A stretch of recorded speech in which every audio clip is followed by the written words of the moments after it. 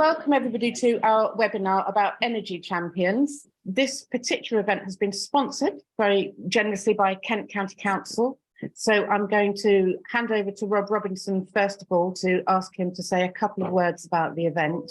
Yeah, just a point of point of interest. It is partly that KCC are sponsoring the event, but the event itself is been enabled by a project that we're working on called Southeast New Energy. And Southeast New Energy is a wide-ranging EU programme that is, as with all EU programmes, in its very last throes. But yeah, we've managed to squirrel away a bit of funding to help with the sort of community energy theme, because in terms of barriers to decarbonisation, from a domestic sense, there's a huge amount of emissions and a huge amount of opportunity with sort of getting communities together, coming up with some interesting formats and ways of actually getting some collaboration together and getting some real actions. And I think since the start of the project, which was about 3 years ago to now, there's been a huge sort of sea shift of price issues, but also some quite interesting models that have been happening across the whole of England, partly catalysed by the likes of Community Energy South. So as with a lot of things, I'm actually a sustainable business program manager, so we're looking very much at how businesses can work together and drive change. And quite often there's 2 or 3 employees within a business that are actually part of that. And the whole idea of community champions really is taking that to the next level, on how you can be the agent for change within your area, within your community, within your parish, however it would work. So there's a huge amount of commonality and a lot of links with what we've been doing with businesses and what we can potentially try to help with communities. So this is hopefully the start of some further work. There's a couple of guys on the call. So from KCC, Alison is going to have a sort of an interest into how we can move forwards and support what's happening in a sort of a district, borough and parish level. But I will leave it over to the experts now, and back to you, I think, Liz. Okay, thank you. Just before I hand over to Claire, who's sitting there all ready to speak, I'm just going to pass over to Ollie, who's our chief executive, who has always been very, very committed to energy champions. So I thought it'd be good for him to share his views. Just a couple of minutes. Hi, everybody. Well, great to see everybody here. Yeah, over the last 10 years, there's been an amazing programme that's informed all of our energy champion work in the community energy sector, called the Energy Champions, the Big Energy Saving Network, and which has taught energy champions across the region to really establish a method for supporting households, in particular vulnerable households, on how to make the right decision. And energy champions are trusted local people. And through our networks, it's amazing to see champions like Claire at Ovesco in Lewis and Alex Hartley up in London, really, taking it to the next level and sharing best practice and connecting with each other. There are lots of other groups UK-wide that do this work, and we all stay in contact as part of what we do. We're stronger together, and we learn from each other. So it's pretty special that we're having this event where we're focusing in, and great to see so many people have joined and interested in this work. And going forward, the community energy sector really supports this. We call it powering down, giving energy advice, supporting people to use less money, but also make the right decisions and connect with people who understand energy bills and energy advice. So thanks, Liz, and all of our team here, and for the speakers for giving your time, and thanks for everybody else for taking this time to talk about energy champions and connect. So use the chat box, reach out, come back to us, tell us your stories, and have a really good event. Thanks for all coming. Thanks, Ollie. So I'm going to hand over now to Sarah Macbeth and Claire Walker, who are going to talk to you about the Ovesco Energy Champion story, which I think is really quite inspiring. So over to you two. I'll mute myself. Good morning. Thanks for having me. Ovesco started in 2007. We're a not-for-profit interest company developing community-owned renewable energy in the Lewis area and also across East Sussex, ultimately to reduce carbon footprint and lower dependence on important energy. So I'm here to give you a bit of a whistle-stop tour and overview of our domestic energy advice. Ron, next slide. So I joined Ovesco last January. Ovesco had been delivering energy advice for quite a few years. It's part of them giving back into the community. But that really did centre around tariffs and switching, as Ollie mentioned earlier, tapping into funding through BSN, Bigger Energy Saving Network. And that seemed quite kind of easy to navigate. But last year, we had quite limited capacity and resources. We had one part-time volunteer, and a lot of our, I'd say, ad hoc advice came from internal staff. And then, of course, boom, we have a volatile market, rising prices. We had to combat confusing messages from government, particularly around that £2,500 message. We had some households who genuinely thought they wouldn't pay above £2,500. Very confusing. We were also still struggling to reach people post-pandemic, particularly the elderly and the more vulnerable, who were still quite tentative about coming out of their homes and kind of coming back into public spaces. And then, of course, as you would expect, we're seeing rising numbers of those in fuel poverty. Just a bit of context when I joined Ovesco. Ron, next slide. Thank you. But over the last year, we have really begun to cement our energy advice work and what our offer is. And it's fair to say we kind of have three key aims that underpin our energy advice work. That's providing help and support to those who are fuel poor, improving domestic energy efficiency and saving money where possible, and ultimately reducing carbon footprints and building climate resilience in our local communities. But underpinning all of that is behaviour change, whether small things, turning that light off, through to the larger scale things of retrofitting your house. Next slide, Ron, thanks. Okay, so how do we try and meet some of those aims, and what do our advisors actually do? It's fair to say we have kind of 5 key areas that our energy advisors look at. And that starts with an energy bill health check.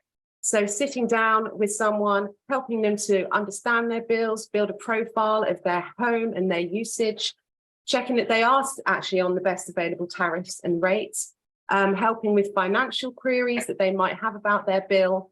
And we've seen a lot of this over the last few months, as you might expect, but help with approaching and dealing with suppliers on issues such as direct debits, arrears, tariffs, and budget plans, for example. And then energy efficiency in the home. We provide a lot of simple measures, often free, that people can take to reduce energy in the home and save money.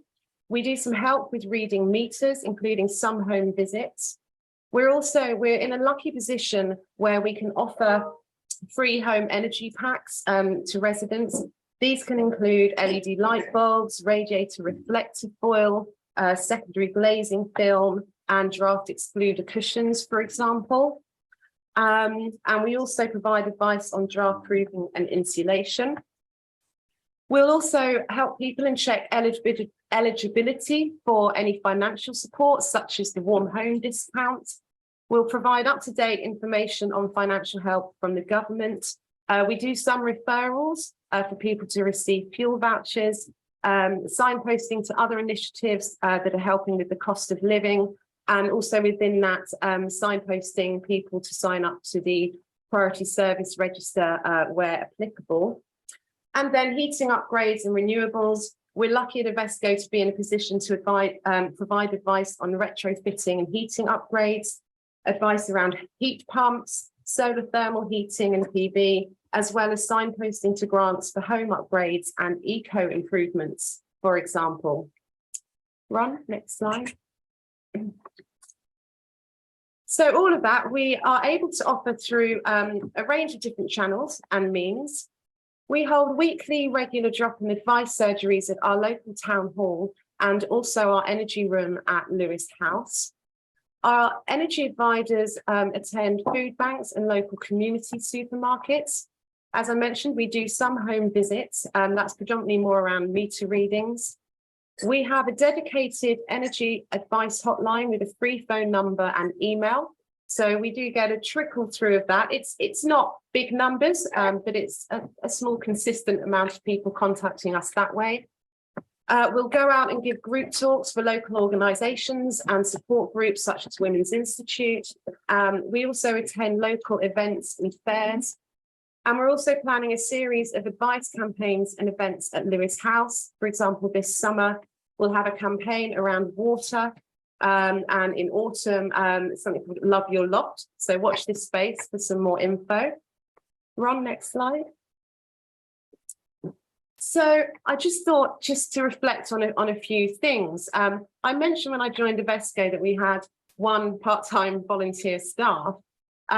We now have 3 paid energy advisors. And of course, that's been due to funding. We know money makes the world go round. We've been very lucky to access some different funding streams, which includes lottery funding, bigger energy saving networks, UKPN, and also tapping into some small grants locally to do with the cost of living. So that means that we've also had a dedicated project manager overseeing this, which is really quite key to keeping things ticking over, building on successes and looking for new areas to develop opportunities.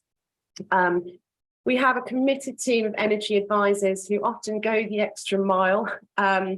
And we're very up on sharing best practice and training. As you know, the landscape's really changed in the last year. So keeping abreast of what's going on. Small things like we have a WhatsApp group between us where we'll ping each other latest news, information, whether it's things we've got off the Martin Lewis website, for example, regular training.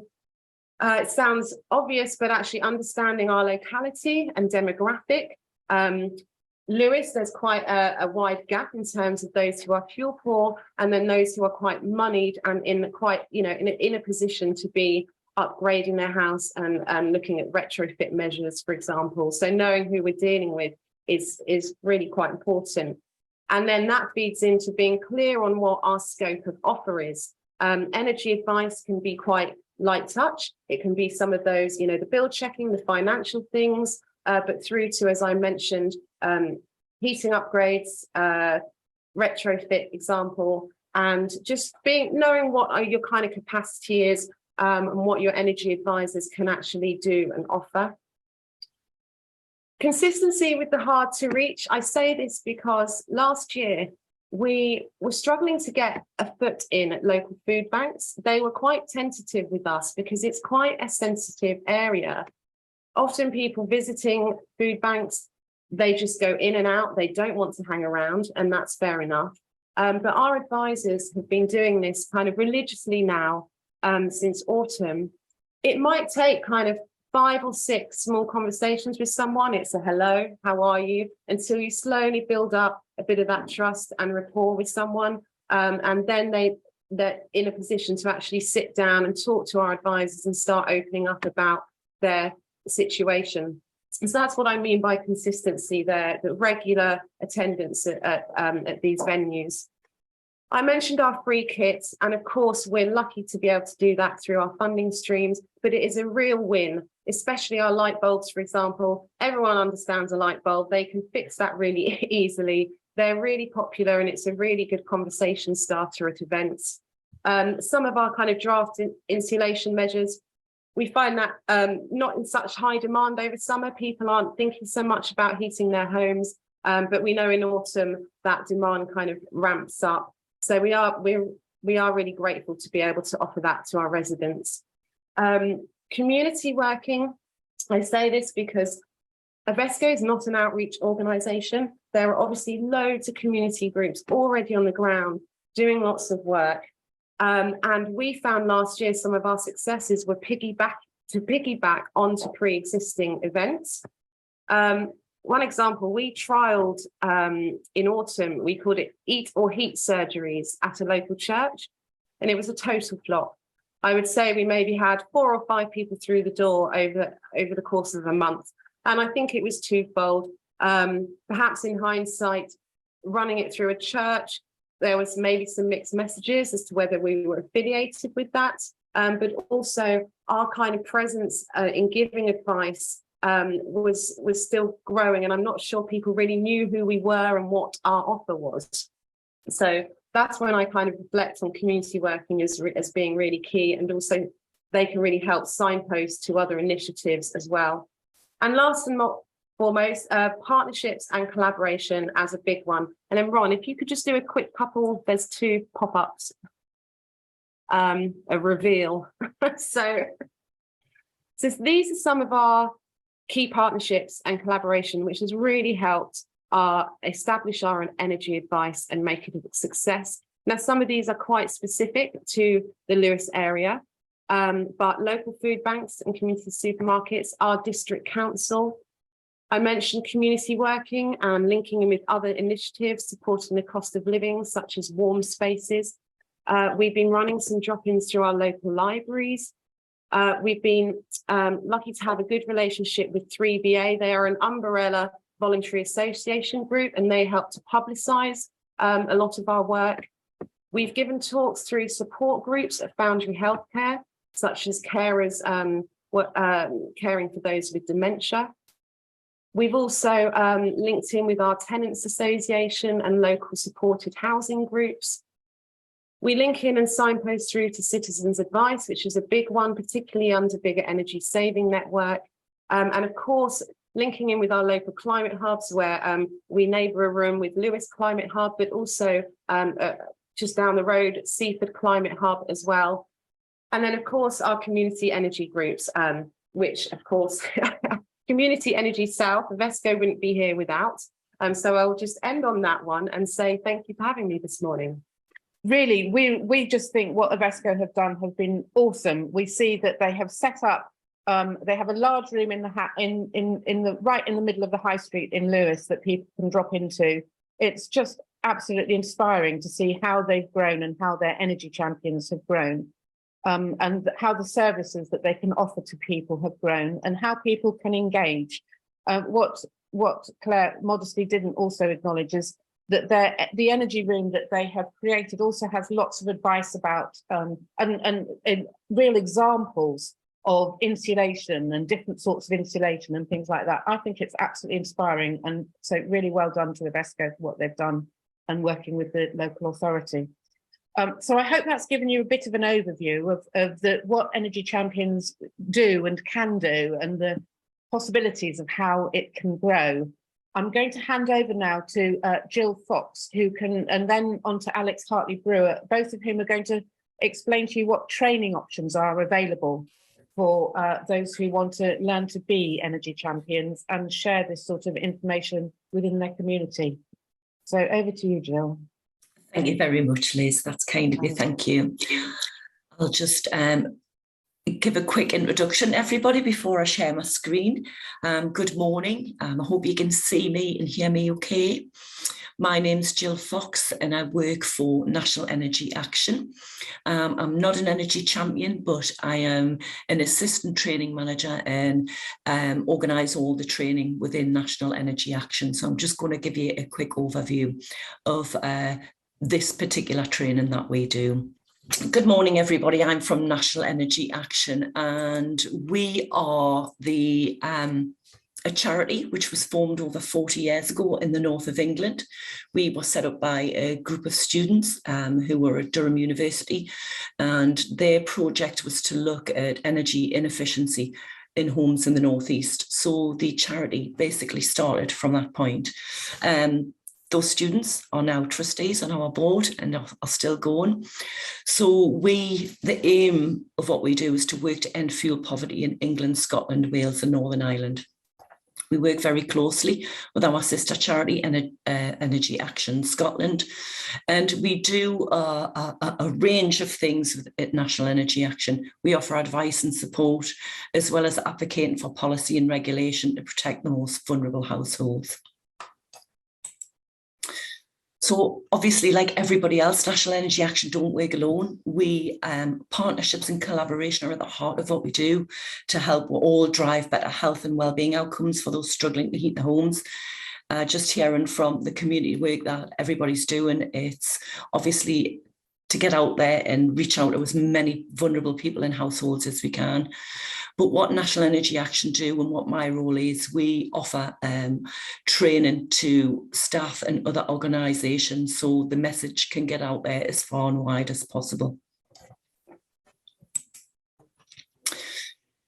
I'm only going to focus on our main qualification today. When I've heard about you talking about energy champions, I'm going to focus on one of our qualifications today. We offer a range of qualifications, but I'm not going to go into detail about those too much. If you would like to know more, you can contact myself and I'll put my details in the chat, but I'm going to focus on our main qualification. So the City and Guilds Level 3 Award in Energy Awareness is an introduction to energy awareness for energy champions and those working in frontline with giving advice and support to people. This qualification's been the industry standard for many years, and often people in services have made it into a requirement for their staff who are working as an energy advisor. We work, and it has been taken up by fuel companies, utility companies, local authorities, housing associations. They often use it as the minimum qualification that their advisors must attain. Over 28,000 people have completed our course to date. And again, just listen to what Sarah was talking about before, you know, reaching out to people. We're working with the NHS who want to train their staff, and obviously, you know, people frontline like social workers who perhaps are working with vulnerable people to give advice. Again, we're seeing a lot of take up. With the energy crisis, it's just gone absolutely bonkers. And again, we'll need to work together to make sure those most vulnerable are getting the information and the advice that they need. Our qualification is approved by City and Guilds. Again, it's aimed at workers, frontline workers who are given energy advice. It provides those given energy advice with the knowledge they need, whereas Alex is going to talk about more applying that at a higher level and in detail face-to-face. Ours is basically to equip you with the knowledge to know what advice to give. Again, I've heard you talking about retrofit and insulation. It's known about those different levels so people can be as safe and warm as possible in their home. So for our qualification, there are no formal entry requirements. It's a level 3 award. It's very basic. However, we do suggest that learners require basic literacy and numeracy skills.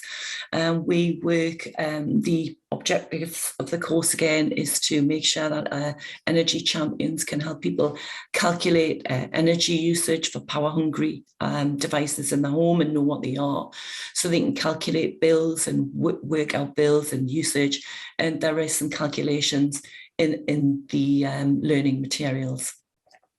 We have a robust assessment fixed to our qualification, and this includes a role play where you would role play an energy advisor with our examiner, and we also have 2 written papers where once you've completed the learning with us, you would then do the assessment. Obviously, in this day and age, again, as we've just seen this morning, we use Zoom platforms for doing our assessments, and again, it's important that people have the skills to navigate this. It can be pretty tricky, this Zoom, and the difference between Zoom and Teams and setting up. It's a little tinker, really. So I'll just give you a little overview of the Level 3 Award in Energy Awareness. These are the course objectives. We explore the efficiency and appropriate use of heating and hot water appliances. Again, you know, this might sound really crazy, but people with perhaps things like on economy 7 with the storage heaters, people still don't know how to work the controls. They don't know what the input and the output is. Again, if you're an energy advisor, it's really important that you know you're given the correct advice for people using their controls on their heating systems and their on their hot water appliances. So we look at systems, we look at functions and controls, we look at people interpreting fuel cost information using the Sutherland tables. We look at making sure that people know how to record the gas and electricity consumption and work out the costs. We look at payment options for gas and electricity and energy use. We explore insulation methods, and again, we look at types of buildings. We talk about grants and what's available to support with energy efficiency. Again, looking at government assistance, and we also give information which energy champions really do well at the coal face, if you like, to know about causes of condensation dampness, you know, how people can keep their home warm but ventilated, and we know that some people live in old buildings where perhaps the landlords are reluctant to keep them warm and have those ventilation methods to keep people safe and healthy. So again, at the moment, we're working with CES and we're working with Community Energy England to reach out as much as we can. We're developing and delivering a Train the Trainer programme with other people in your area. We're in the north and we do have bases in Leicester, London, Northern Ireland, Scotland, but we're currently working with Alex Hartley and Mark Fenty and CEE and CES to train up so they can get out there and deliver the energy awareness in the south end of the country. And again, at the moment, we here at National Energy Action, we've moved to an e-learning method of delivery since COVID. However, at the moment, during the trainer, we do advise that the trainers deliver this face-to-face 3-day course to a range of people who need to be trained, whether you're an energy champion, whether you're a volunteer. So again, we have different methods of delivery, but I can talk about those more if anybody wants any information from me. So progression routes, it's really difficult to absolutely specify where you can go from doing the level 3 energy award, level 3 award in energy awareness. But at the moment, what we're finding is we are delivering our training to a range of people I've talked about. At the moment, we're working with NHS, we're working with housing associations, we're working with the Good Faith Partnership. Sarah mentioned before the warm hubs. We developed the training for the warm hub volunteers, and we're working with utility companies. Currently I have a project where obviously we're working with those that I see as the future children, but we've got a little project going in schools. So those are going to be the future that know what changes to make. It's important to have little projects and make sure that those children who are going to be our future know about climate change and energy efficiency and retrofit and renewable and decarbonisation. So again, it's difficult to say exactly what the progression would be, but it would be if you're starting out in the energy sector, which I know Alex will probably talk about a little bit more, then you know, our qualification is useful for that. I'm not going to go into costs in too much detail because obviously there's different projects, different funding streams. But at the moment, if you're going to work with Community Energy, CES with Liz, and if you're going to work with Kirsty or Duncan from CEE, we're currently working in partnership with those services so we can get some cohorts of learners to help those get trained and deliver the training of energy awareness.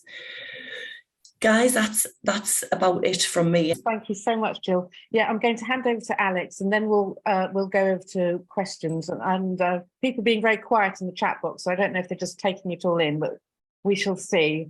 Alex, can I hand over to you now, who's going to give us some additional information about additional training opportunities? Hello, my name is Alex Hartley. I am a community energy addict, I guess is the correct term. I'm one of the people that have been doing this sort of thing on and off for 20 years. Occasionally I move away and do sustainable transport or more on the renewable side, but my kind of my heart is clearly in the kind of energy advice and fuel poverty space. I'm a co-founder director for CELSI in South East London, which stands for South East London Community Energy, very imaginatively. We are also a member of Community Energy South, and I was a co-founder of Community Energy London. I did a piece of work with them last year on fuel poverty and trying to increase energy projects in the capital, because we were kind of embarrassingly behind the rest of the country. That's why originally I pushed for CELSI to become a member of Community Energy South, because, you know, there were lots of shared values there, and a lot of the member groups were more in line with where we were and what we were doing work-wise across the whole sustainable energy piece, not just, you know, solar on rooftops, which was very hard initially to get going in London. So over my checkered career, I've been involved with all sorts of aspects, from working with energy companies, helping groups decide what they want to do and what direction to go in, to climate and carbon conversations type facilitation, through to one of my favorite things, which is training up and helping energy champions develop. And with this in mind, I'm going to talk to you about two courses. The main one I will be focusing on will be the Energy Champions training that I was lucky enough to co-develop with comrades and colleagues, both from Energise Sussex Coast, the lovely Kate Meakin, who is, they are also a Community Energy South member, and also someone from our Community Energy England Energy Efficiency Experts group. There's a horrible amount of acronyms in this space and lots of E's, as you can imagine, efficiency and so forth. So Tara from Exeter Energy, who've been absolutely phenomenal in the last few years. They've gone from probably working with 1,000 households to 4,000 in the last few years. And this is a problem around fuel poverty and climate change. These are issues that aren't going away, sadly. So whether voluntary or paid work or any sort of project or initiative that does anything to get out there and help people stop wasting energy and increase their kind of know-how and participation with our energy system, the more's the better. Sadly, it's not going anyway. So what do you want to know about? Hopefully it will be what an energy champion is, and the course that Tara, Kate and I developed. Now I'm trying to make it go on slideshow mode. There we go. Thank you, Phoebe. Had a horrible.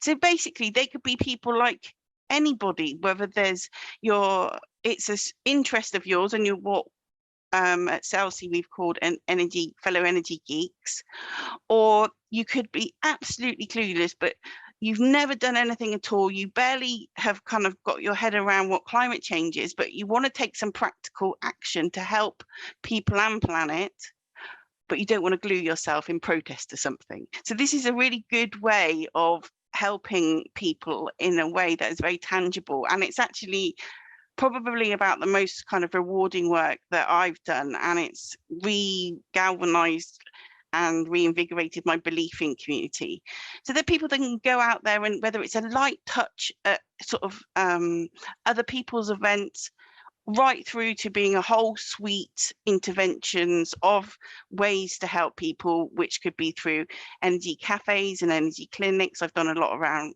energy cafes in the last sort of 8 or 9 years, through to workshops for people in the community, coming along to events that other people are putting on, which is always the most energy efficient way of doing things, tapping into that collective intelligence and trusted relationships already in the in the community, right through to looking at training frontline workers and setting up referral networks, which is really great because then you have to do less outreach, but you're doing more energy advice. So it can be peer-to-peer. It can be everything from a draft busting focus project right through to going and sitting in food banks and places like that my lovely colleague from Ovesco was talking about. So they could even do like solar streets or retrofit parties, all sorts of things. The world is your veritable oyster. So some of the most effective ways can be doing things like the workshops, the home visit, the energy advice, kind of pop-up advice desks and events at community events. And they all have their pros and cons. It's easier to talk about someone's boiler when you're actually in their home, but quite often if you're not in their home and you and they are sat next to a computer to help get them signed up for things that they might not know about around discounts and grants or schemes like the Priority Service Register to help them, through to kind of practical fun things where you are having a retrofit party in someone's home and you're sort of looking at different types of insulation examples. I know it sounds very exciting. You're about to enter a whole new exciting world. Who knew? So this is for people that are new or little experience of giving energy advice. We've designed the training between, gosh, we've probably got 50 years experience between us, and we kind of basically put our heads together and came up what we thought was kind of like the ultimate community energy champion training. It's based on real life conversations and case studies, and it's very participative. There's a couple of games in there, and it's also flexible. So if you've got a project that is going to be focused on one specific thing, we can tailor it to that, because we can have that more flexibility, because we aren't the training can be accredited or it can be informal. The accreditation through AQA, and it costs an extra kind of £60 per learner to do that, but it's exactly the same training, but it's just a nice way of recognizing the learning that's happened for people, because some of the champions might have not done any sort of training for absolutely donkey's years. And it's, you know, even I felt kind of a bit pleased when I got my first AQA certificate standing there, and it's also like having a presentation ceremony and that sort of thing is quite nice to do. But we can also look at other things like thermal imaging, or a kind of a specific based on your community's needs and interests. So this was apparently last week. I'd recommended a resource called the Unhappy House game, which was in a resource developed by who was that? It was Carbon Conversations, and they don't look like they're not having a good time, do they? They aren't too bored. They are kind of engaged. We didn't set it up. It's not a deep fake photo. It's actually people enjoying learning about home energy and retrofit in houses. So what did we actually do? So this training that Tara, Kate and I developed was part of a larger project that Energise Sussex Coast are doing, and so it fits into these 4 stages. So you can tap into this training for free if you're in Sussex, but I'll explain at the end about other options if you want to tap into it and you're based, you know, Skegness or South Brent or wherever you are in the world. So we're particularly focusing on people in Kent, so there we go. Okay, well, perfect. I actually I'm only half an hour away from Kent, so that's quite good. I'm in southeast London. Oh yeah, you probably could work that out with your detective skills. So the first day training ideally we do it face to face, because despite the innovations around delivering online training, and that can be very effective in certain ways, having that kind of bonding experience, that interaction, that opportunity for you more free to ask questions and all that sort of stuff, we like doing that first day in person. Then we've got a follow-up day which looks at community engagement and creating a kind of outreach plan for your approach locally, as well as a few other bits and pieces around communication skills and role play and practicing applying all the kind of basic things that of the kind of tenets, the fundamentals of energy advice. Then with this, the Energise Sussex Coast, they the next part would be understanding about how best to look after your volunteers. And then there's ongoing things that are available so you can basically, as an interested party, wherever you're from and at whatever stage you're at, there's all sorts of different things that you can tap into to make the most of in the sector. So the module, what do we actually talk about? What do we actually go on about and try and brainwash you on? Basically, we broke it down into 5 main areas to focus on: stopping energy wastage, understanding bills and changing them up to make the most benefit to the person that you're helping, because we're on their side. Funnily enough, we're not really on the side of the energy companies. We want to get them into the best place possible with what their life circumstances are. Then there's priority service register, there's the discounts and schemes, and there's also referring with confidence to other things locally or nationally that are going to help them. The second module, breaking that down, we look at the types of projects and what can be best for you and your circumstances, what the focus is, how to create a community engagement plan and what to do around this communication skills, and everybody's favourite, some role play practice. But this acts as a bridge, because if you've never stood in a library and tried to stop people to sit down and have a long conversation with you about their energy bill, that can be quite daunting. So we look at how to make that a little bit easier and more engaging. It's not just about bribing them with tea, preferably homemade cake, maybe an LED light bulb. So the third part for which you do with Energise Sussex Coast would be looking at the volunteer and onboarding, going through forms and reporting, and then they could set you up with doing some energy advice, shadowing and mentoring. But around Kent, you could definitely tap into other groups that, whether it was some virtual shadowing or some in-person shadowing not too far from you. So how to get involved? This, as I said, is available through Energise Sussex Coast in East Sussex. There's a nice shout out there to the Community Energy South Pathways areas, which you can access through the scheme. And then if you wanted to standalone contract us just for your interest, we can offer this training, including all the pre-setup and a bit of evaluation afterwards, and any customization, as well as the delivery and what have you, and procuring people like me or Kate or Tara to come and do it for $2,500. And that fits nicely if you're a new group to look at raising something, say like an awards for all and national lottery bid, for example. So the second course I'll talk to you about is that for groups that might be a bit, you've cut your teeth, you've had a little go, you've already got some know-how and experience around this, but now you want to kind of take it up to the next level. You might have even done your NEA level 3, which is like been the gold standard in giving energy advice, the City and Guilds, sorry, I should say the NEA course, which is what Jill's just been talking about. But now what? How do you go from that classroom to out there, you know, being a kind of ninja level energy advisor? So as part of a project that Community Energy England did, we wanted to create something practical based on real world experience to act as the bridge between that. And we covered a few things that it's more tricky for qualifications to cover, because one thing you can talk to any of us that have been doing this for donkey's years, it's a very fast moving space, and that's putting it politely.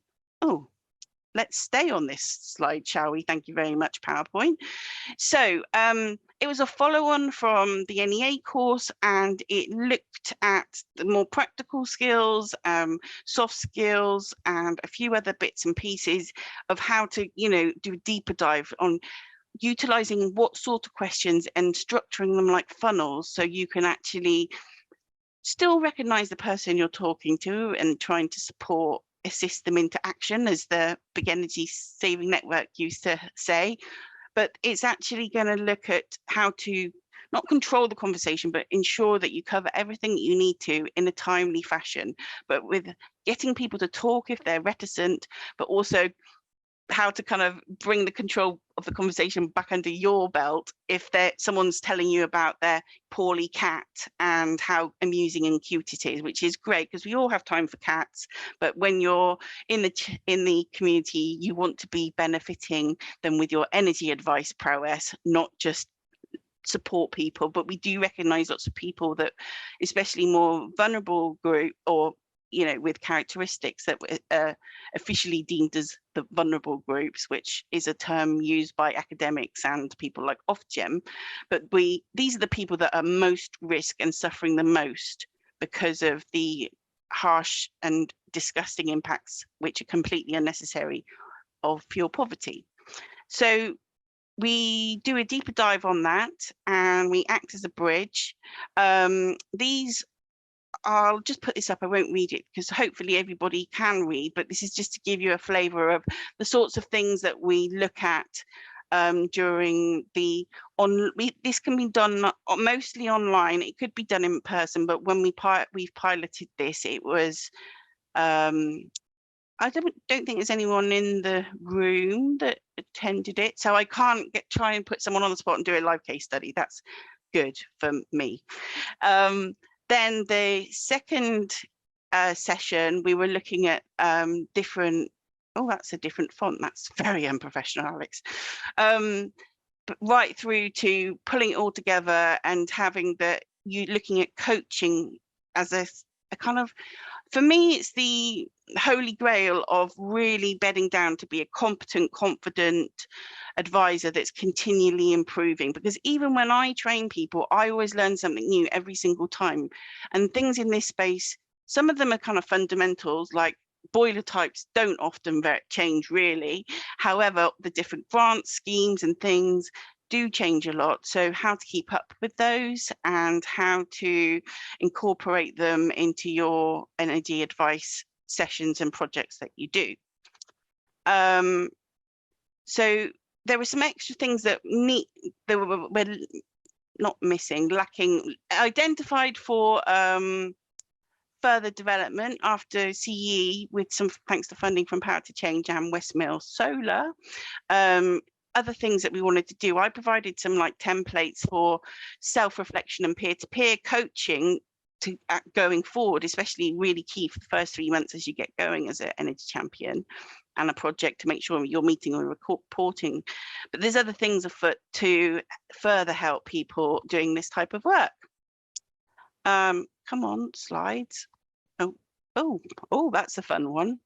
Now, the second from last slide is something Kate wanted to put in, that she was saying that she felt this symbolizes a boulder, and that she sometimes, with climate anxiety, the cost of living crisis, whatever your politics are, what support and help is coming from central government, and it can literally feel like trying to push a boulder up a hill.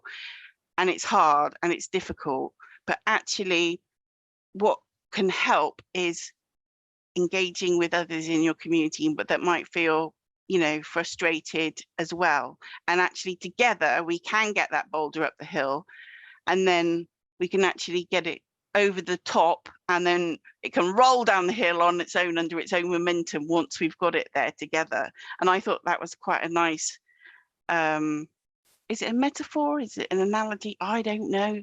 I can't remember enough from my English literature A level.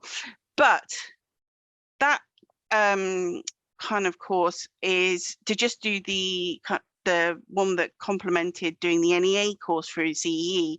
We can deliver that at £1,050 just for the setup and 2 Zoom sessions, that they can be more flexible. So there's I wear about 7 different hats for Community Energy England, Community Energy London. I've been directors for all sorts of different organisations over my time, but I am always doing my freelance work as Energias, and being a co-founder for Celsi, they've kept me captive so far for 9 years since we got set up. But any questions about the champions training, contact Kate. Any questions about the awareness to advisor course, let me know. I'm also on Twitter, Alex Hart Eco, if you just want to ping me a question anytime, or if it comes up to Community Energy South, the lovely team there can forward stuff on to any of us too. So thank you very much for your attention. I'll hand back to Liz. Thank you so much, Alex. And UK Power Network sadly weren't able, at the last minute, were unable to come, but they've sent me a couple of slides that I will share with you very briefly, because I'm not from UK Power Networks. But the question that was arising for me through the presentations about training are, of course, how are community energy groups going to pay to get trained to become energy champions? Sadly, UK Power Networks doesn't cover the training, but they will provide funding for groups to go out and do energy champion work. And as it says on this slide, they're looking, and my understanding is they've recently been rewriting what they're looking for and refocusing what it is that they want to, refocusing where it is they want to put their money to support those in fuel poverty. So as it says on this slide, they're looking to support projects that are supported by local authorities, demonstrate a social return on investment, and with clear quantitative outcomes and benefits tracking. What that actually means, I think, means that there are more onerous reporting requirements, I'm sorry to say, because the reporting requirements can be rather tedious, and that there is community engagement, which clearly, you know, if you're a community energy group, you're going to be doing community engagement. You can see Charlie Barnes has put her contact details at the bottom of that slide, and I do suggest that you contact her if you've got projects that you want to figure out how to get funded, and have a chat. She's really helpful, and she knows what criteria they're particularly looking for. So do make a note of her contact details there, charlie.barnes@ukpowernetworks.co.uk. Next slide, please. My other understanding of what they're interested in, particularly now at UK Power Networks, is this issue of no one being left behind in the net zero energy transition.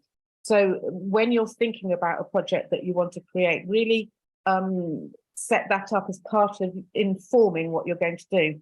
So actually, you know, that might not mean people that are traditionally in fuel poverty. It might mean people that don't know how to engage with the energy transition. You know, it might be elderly people who are less good at engaging with the internet and social media. Yes, and there are the rather fun reporting requirements that I'm sure Ovesco and others can tell you about what it's like doing reporting requirements. Now, what's the other thing she says? Oh, so they're interested in gap funding. So they want to meet pre-existing sources of funding and support that with grant applications. Again, I will leave you all to contact Charlie and get more information off her. So I'm now going to end that presentation and put out questions. There've been some questions which I'll ask the questioners to unmute themselves. But before we do that, one of the questions that really struck me is how are community energy groups, how do community energy groups get funded to do the training? And I wonder if any of our trainers or Ollie, my chief executive, sitting in the same room, could answer that, because I would hope that would be a valuable piece of information for some of you who may be new to the thing, new to this session. Jill or Alex, are you able to answer that question? Alex is nodding, so do please answer. I was going to let Ollie go first, you know, and then courtesy. Okay, here he comes.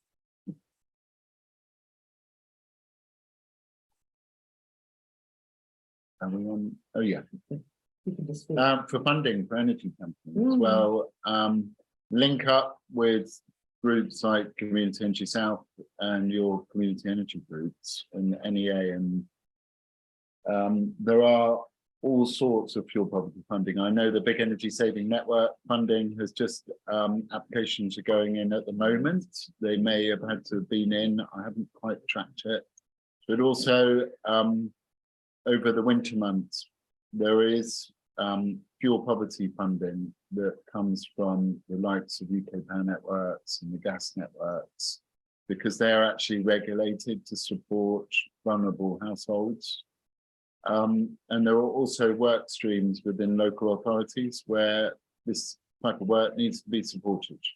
So, you know, if you are interested in this, just reach out to the Community Energy South team and we'll try and connect you, you know, where we are working with local authorities, like in Kent, Essex, and in the Southeast. We can connect you with groups who are on the ball with fundraising in this area. So, thanks. Alex, have you got anything to add or anything? Sure, I'll give a few different levels. So if you're just getting going and you don't have so much of a track record of receiving grants, a really easy one would be something, you know, around the Awards for All piece, which is a program run by the National Lottery.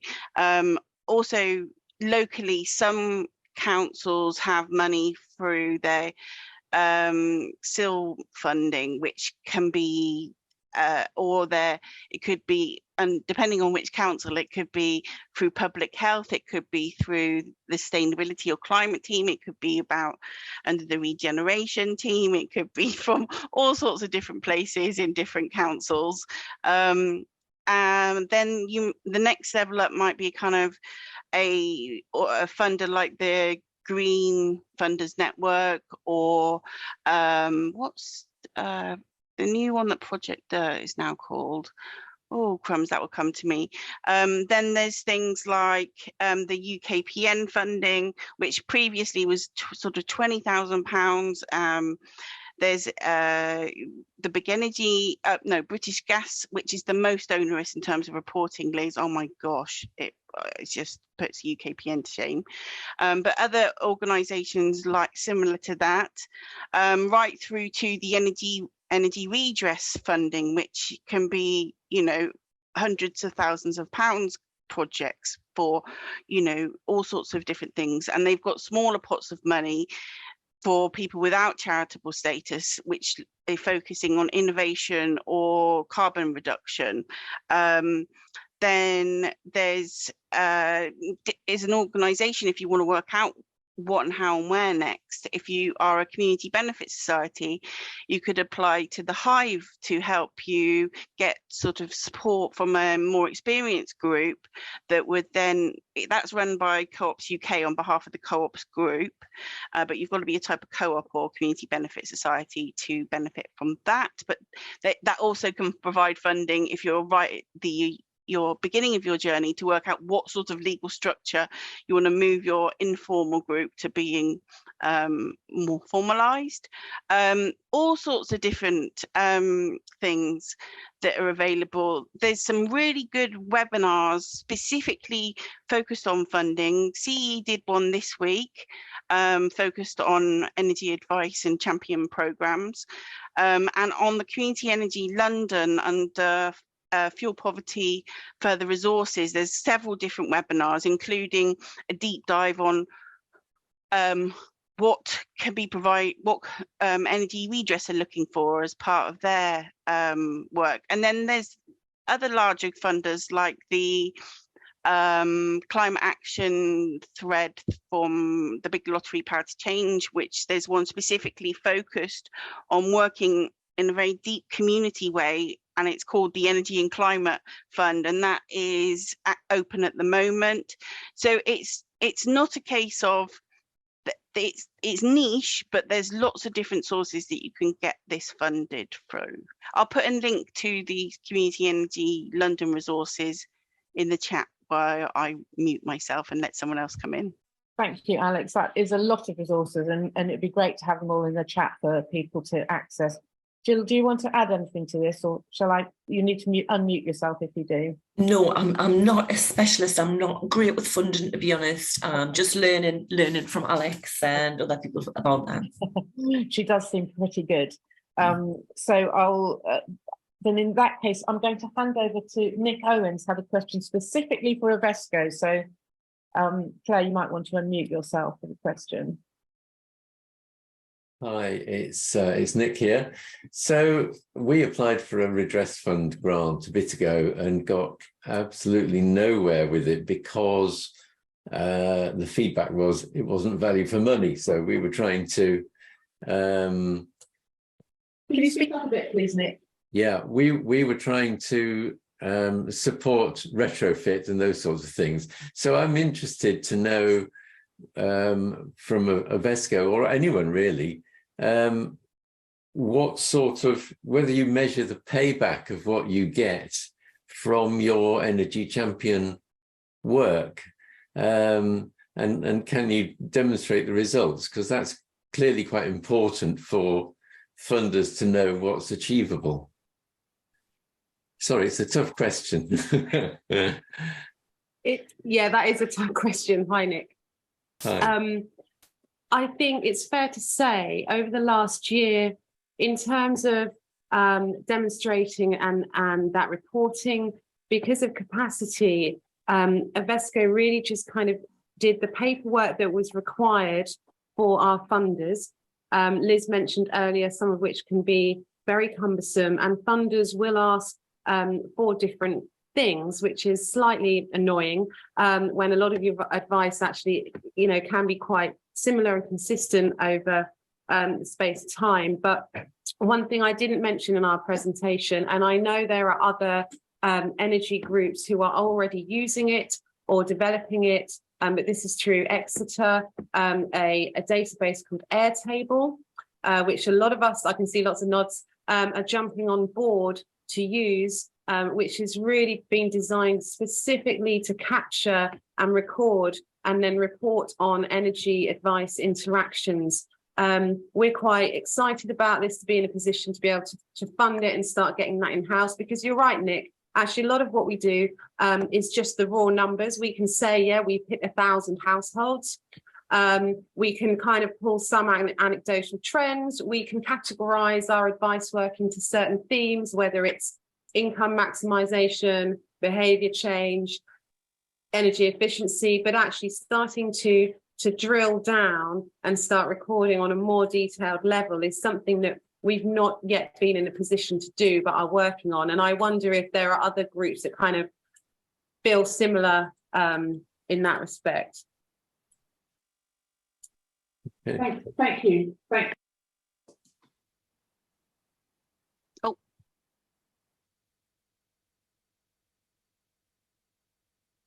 You're on mute, Liz. I was trying to mute myself because I'm in the same room as Claire and Sarah. So thank you very much, Claire. I like your little sign there, Alex. I'm going to hand over to Chris Gray now from Made Energy, who has an entirely different question. I just wanted to add to that, Liz, Chris? first, if that's okay, to what Sarah I know said. you're unmuted. Yeah, I was waiting for Alex. Sorry. Sorry, say that again, because I didn't hear you. I'm saying Alex was trying to speak, I thought. Alex? Always, sorry, Chris. I just wanted to add a few things to what Sarah said, but please ask your question, Chris. Okay, but my question was just, I guess, asking the age-old question, but based on a comment in one of the earlier presentations about how do you provide up-to-date grant information to people you're interacting with? Because one thing we do in Made Energy is a program called Draft Busters, where we go in people's homes and we kind of seal up letterboxes and drafty windows and all that kind of practical stuff. And it's very important, I think, to prompt people that there is money available for a lot of interventions beyond what we're able to do. But other than giving that prompt for them to look, it's a lot more authoritative. You can say, you should be able to get a grant to cover X, but you won't get Y. And obviously some of it's income dependent and benefits and all that kind of stuff. But is there one place where one can keep up to date with all this stuff? Or what do we suggest? I do answer. I'll hand over to you. Yeah, unmute yourself and answer that. I don't have the full-blown answer to that one, other than at Ovesco, we're lucky to be linked in with our local district council, because some funding schemes will differ locally and regionally. So for us, it's just kind of keeping on our toes that way. Obviously, nationally, it's a bit easier to kind of get information on that. Unfortunately, there isn't a one-stop portal for this, and this is something that would actually be really great. I know that CES are actually looking at called Fairer Warmth, which my understanding is this might become a portal where you can actually get that kind of information. I think it's at prototype level. It's not something I'm specifically involved with, but I've been told about this. So that might be something that you can talk to CES a little bit more to find out. But sorry, no, there is no one golden ticket answer to that.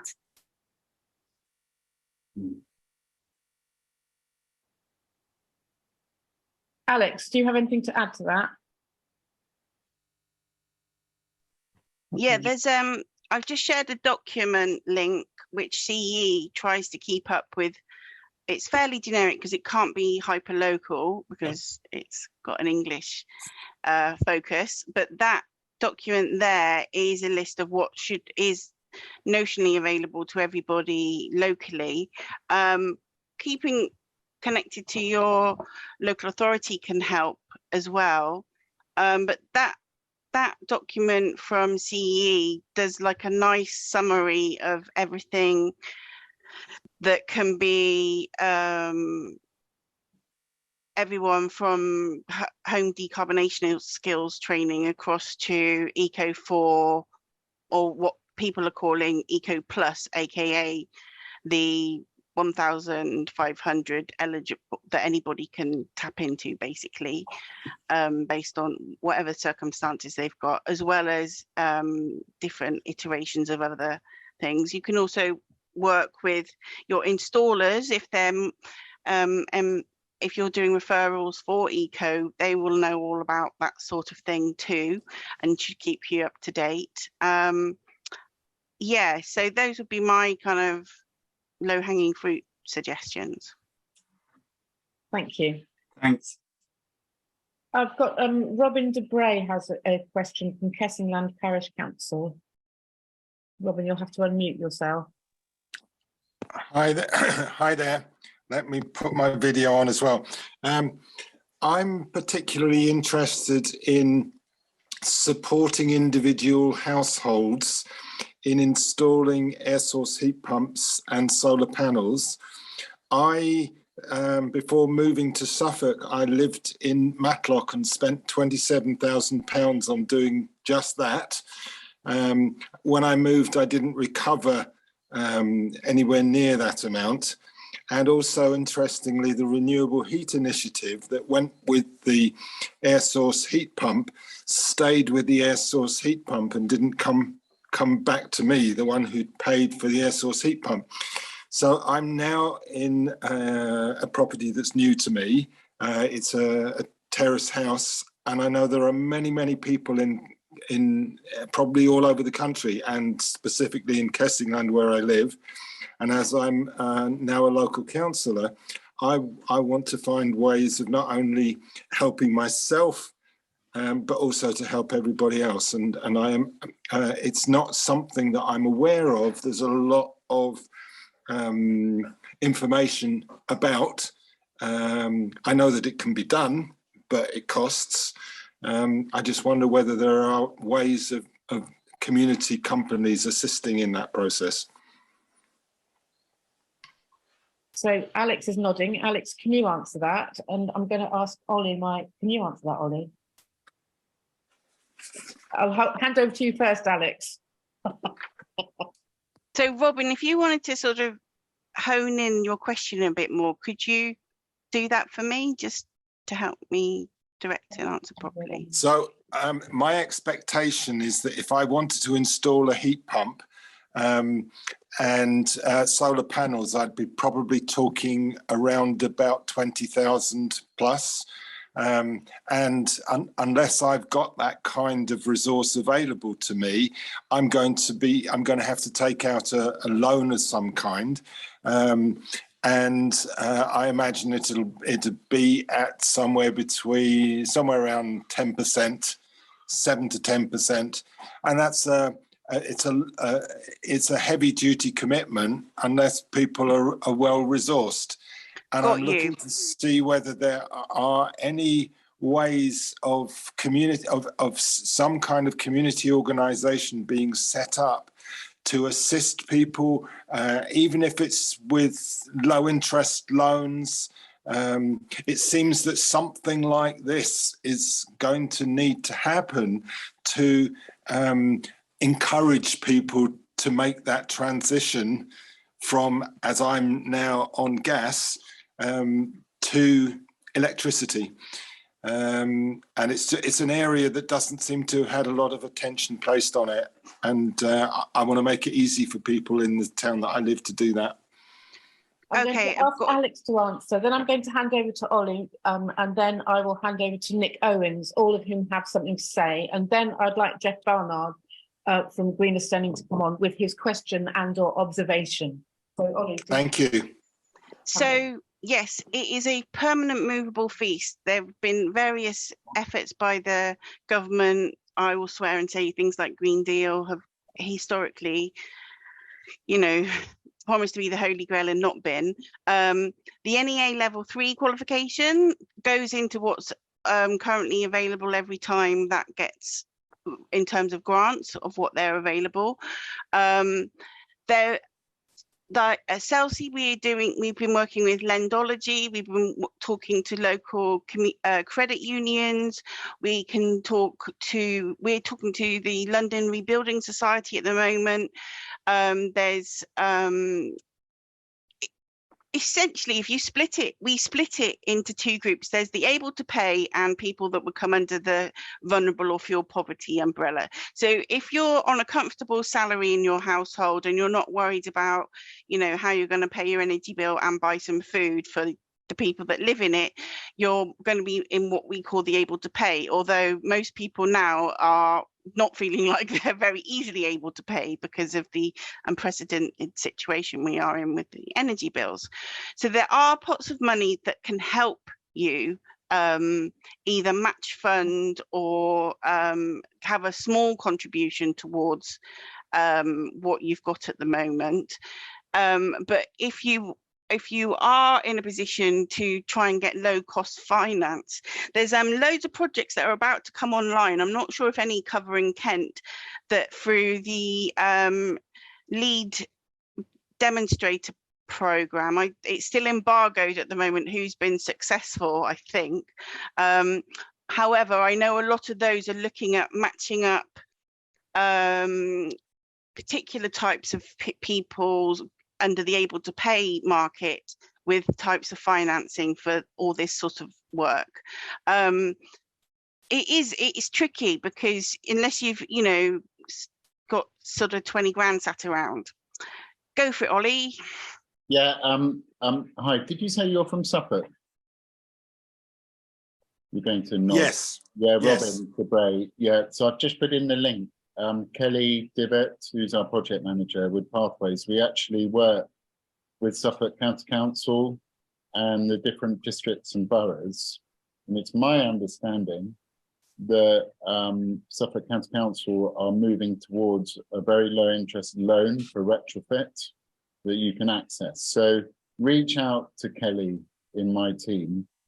She's supporting, I think, the development of community energy groups across Suffolk, and she can connect you into that program. But you're very lucky in Suffolk because they're leading toward being have a low interest loan for retrofits, and which they've tried and tested before. So it's an excellent facility, which is coming forward. So yeah, I've put Kelly's details in there.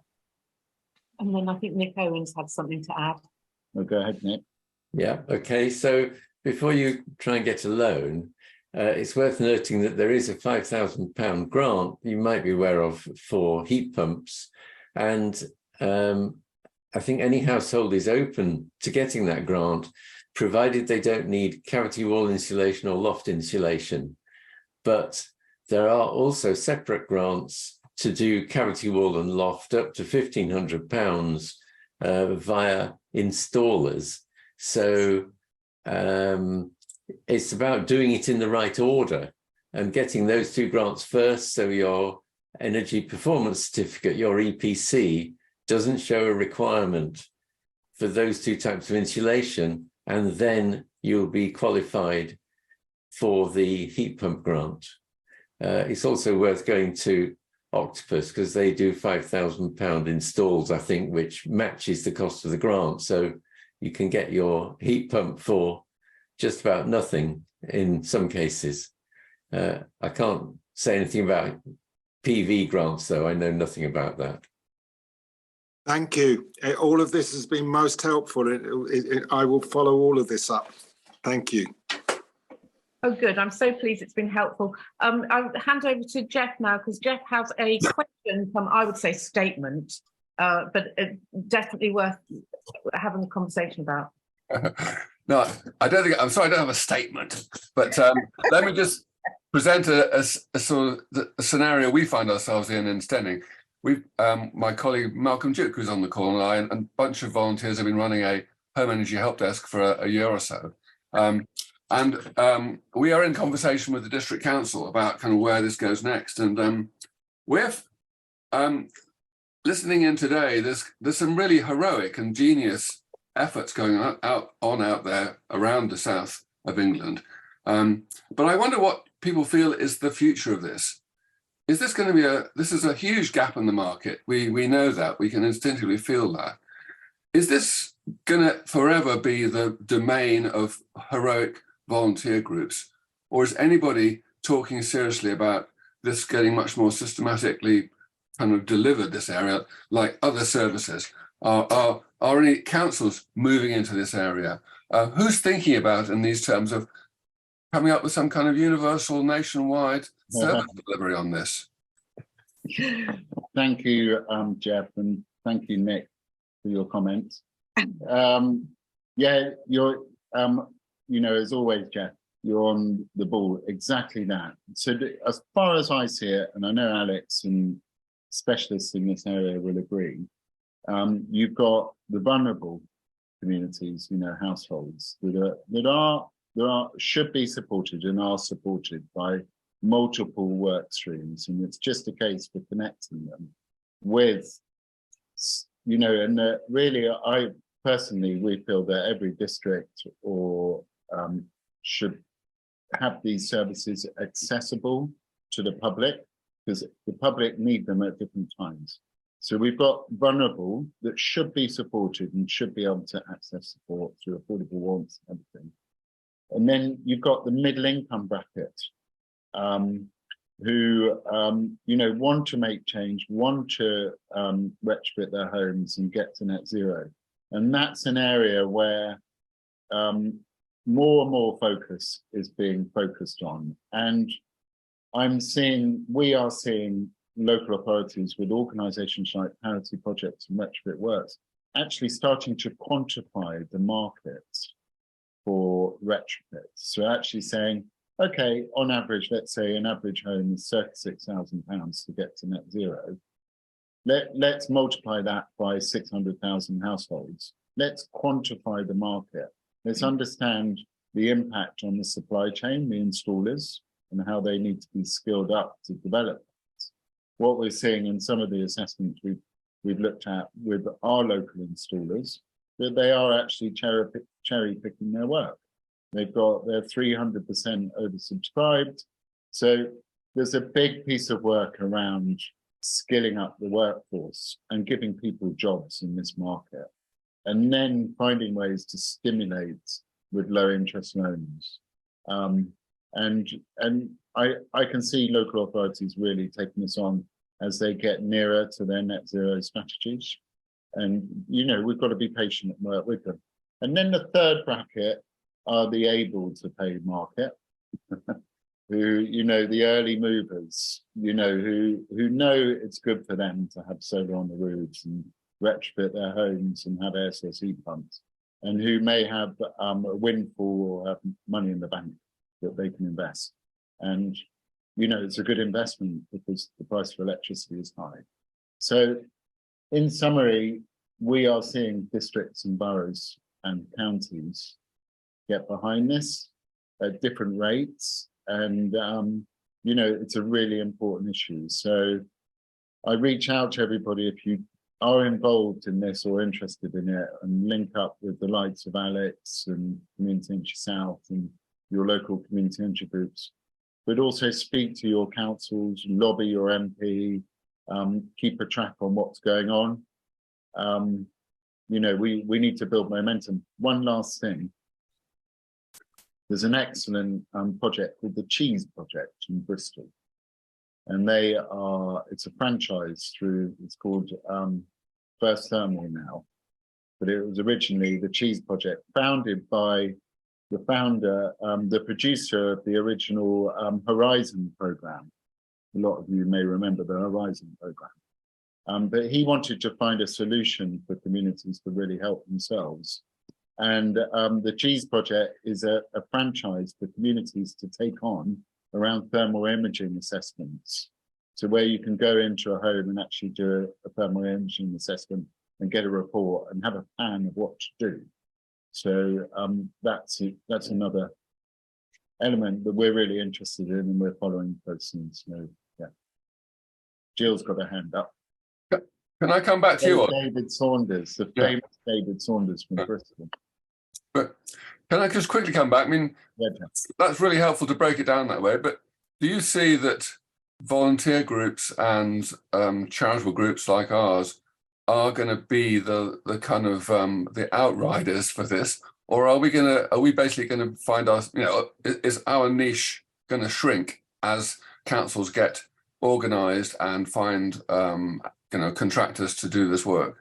Well, thank you, Jeff. I think there's a place in for volunteer groups. I don't think it is going to shrink personally, but I do feel that volunteer groups or community energy groups or organisations like yourself should have paid coordinators to support this, because the value of having local trusted advice is imperative. You know, people that can really trust local people.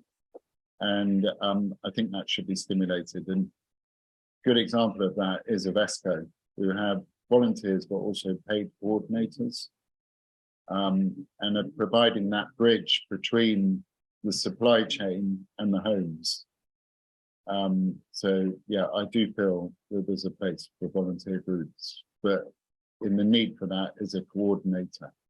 There's a funded role within community groups. Right, we've got 1 minute left, so so that I think that's 20 seconds for Alex, Jill, and David. You better unmute yourselves. Okay, there are moves afoot to having a national energy advice network again. I know Citizens Advice are trying to line themselves up for it, and NES or whatever they're called now are looking at how best to do that. And I strongly feel that community energy should at least have a place at the table, if not be the leading light in this, because we're the ones who have got the experience and the passion of energy advice specialisms, working in partnership in our local communities with local authorities, community groups, voluntary sector, all of it across that piece. I could say loads more, but I will shut up and hand over to Dave, the marvellous David. Thank you, Alex. Thanks. I was going to save this as a sort of reach out to you, Ollie, afterwards. But since you mentioned the Cheese Project, I've been working with Iris Partridge, who's currently the MD of that project, and she has a new plan. Sorry, I'm speaking for cafe if my voice is coming across badly. Iris has started a new project for resilient hubs, a network of resilient hubs in Bristol, and almost as soon as we started talking about it, we were offered significant funding to put solar on a whole bunch of roofs. We're now trying to think just how we could apply that through a network of neighbourhood hubs. And I'm going to cut out quickly because of background noise, but I want to talk to you more about this. Now, I thought Jill had one last thing to say. I did really. Thank you very much, Liz. Just very quickly, again, National Energy Action have a technical and innovation team. We've worked with universities for quite a few years on research projects. And again, through that, we've developed it's a level 2, it's decarbonisation and renewable technologies. Again, for advisors, if people are thinking about heat pumps, so they know what they're talking about, it's that basic information. We have a level 4, but it doesn't come from like a retrofit side, it comes from the householder side.